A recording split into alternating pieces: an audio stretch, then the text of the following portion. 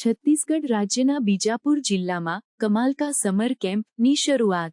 છત્તીસગઢ રાજ્યમાં કમાલ કા સમર કેમ્પની શરૂઆત કરવામાં આવી, જે બાળકોમાં ભાષા અને ગણિત જેવા મૂળભૂત વિષયોમાં કુશળતા વધારવા માટેનું એક મહત્વપૂર્ણ પ્રયાસ છે. આ કેમ્પ ખાસ કરીને કોવિડ-19 મહામારીથી પ્રભાવિત થયેલા વિદ્યાર્થીઓ માટે રચવામાં આવ્યો છે, જે તેમના શૈક્ષણિક અભ્યાસમાં અવરોધનો સામનો કરી રહ્યા છે. આ કેમ્પ બીજાપુર, ભૈરમગઢ, ભોપાલપટ્ટનમ અને ઉસુર જેવા વિવિધ બ્લોકોમાં ચાલી રહ્યો છે.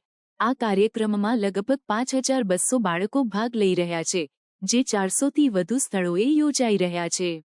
કમાલ કા સમર કેમ્પ પ્રોજેક્ટ જિલ્લા પ્રશાસન અને ફર્સ્ટ એજ્યુકેશન ફાઉન્ડેશનની સહયોગથી ચલાવવામાં આવે છે, જે વિદ્યાર્થીઓમાં મૂળભૂત શિક્ષણને મજબૂત બનાવવા અને શિક્ષણમાં સમાનતા લાવવા માટે પ્રતિબદ્ધ છે.